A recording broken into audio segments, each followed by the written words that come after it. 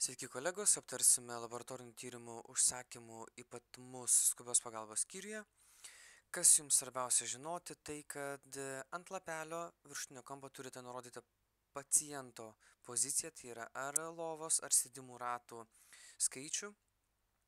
Taip pat jeigu pacientas yra laukiamajame, nurodome raidėmis AMB. Rašome datą, klijuojame lipduką, spaudas ir parašas.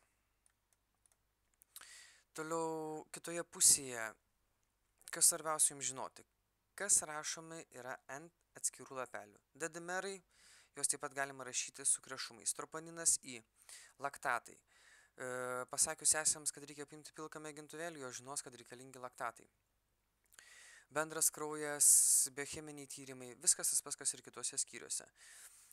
Atliekant kraujo dujų tyrimą, rašome pH, kraujo dujos ir nurodome, ar tai arterinis, ar tai veninis kraujas. Likvorograma.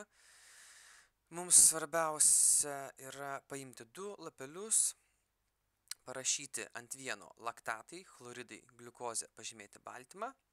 Ant kito lapelio jūs apibraukite citozę, bei kitoje lapelio pusėje likvorograma. Toliau atliekant kraujo sutapatinimą, reikalinga užpildyti štai šį užsakymo lapą, kuriame vėlgi pažymime anksčiau nurodytos svarbius duomenis, bei pažymite kraujo grupę, kurią jūs gaunate sesių pagalba atlikus mėginį. Ko gero tiek.